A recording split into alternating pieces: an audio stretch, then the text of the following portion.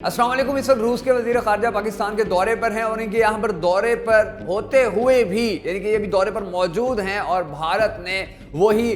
گیدڑ بھبکیاں مارنا شروع کر دی ہیں۔ بھارت کی وہی جو اوقات ہے، بھارت کی وہی جو سوچ ہے، انہوں نے وہی اپنی اصلیت اور اپنی حیثیت اور اپنی سوچ دکھانا شروع کر دی ہے کہ وہاں کے جو آرمی آفیشلز ہیں، وہاں کے جو آرمی کے اہم ترین افسران ہیں، وہ یہ کہتے پھر رہے ہیں کہ ہماری قوم کو کسی غلط فہمی میں نہیں رہنا ہوگا، کیونکہ اب ایسا محسوس ہونا شروع ہو گیا ہے کہ بارڈر کے اوپر ایک مرتبہ پھر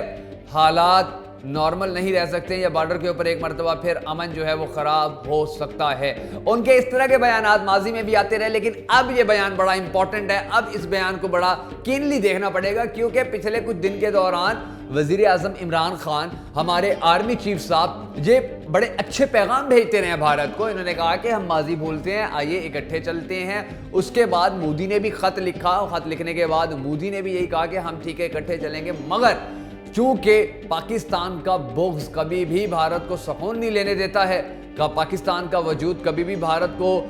منظور نہیں ہے، قبول نہیں ہے، اسپیشلی مودی کو۔ یہی وجہ ہے کہ جب بھی پاکستان نے امن کی کوششیں کی، جب بھی پاکستان نے بات چیت کی کوشش کی، تو بھارت نے آگے سے نیگیٹیوٹی دکھائی اور ہمیشہ جنگ کو امن پر فوقیت دینے کی کوشش کی ہے۔ یہی کچھ اب ہو رہا ہے۔ وہاں کے جو آرمی آفیشلز ہیں وہ اس طرح کے بیانات دے رہے ہیں، اور ان بیانات کے بعد آپ دیکھیے گا کہ اب اگر ایک مرتبہ پھر بھارت کوئی بھی دو نمبری کرتا ہے، بھارت کوئی بھی چالاکی کرتا ہے، بھارت کوئی بھی حملہ کرنے کی کوشش کرتا ہے، بھارت پاکستان کا امن خراب کرنے کی کوشش کرتا ہے، پاکستان کی افواج پہ حملہ کرتا ہے، پاکستان کی عوام کو نشانہ بناتا ہے، یا وہ بارڈر کے حالات خراب کرنے کی کوشش کرتا ہے، تو انشاءاللہ پاکستان کی افواج، ہمارے ادارے ایسا منہ توڑ جواب دیں گے کہ جس کی ماضی میں کوئی مثال نہیں ملتی ہے۔ اور انشاءاللہ بھارت کو، اگر اب بھارتی افواج نے کچھ ایسا کیا کہ جس کی وجہ سے امن خراب ہونے کی کوششیں ہوئی، اس کو امن خراب کرنے کی کوشش کہا جا سکتا ہوا، تو یاد رکھیے گا کہ اب صرف پاکستانی افواج بھارت کے خلاف کھڑی نہیں ہوگی، بلکہ اب چین بھی بھارت کے خلاف کھڑا ہوگا، کیونکہ چین تو واضح طور پر کہہ چکا ہے کئی بار کہ ہم 15 منٹ کے اندر تیار ہوتے ہیں آپریشن کے لیے۔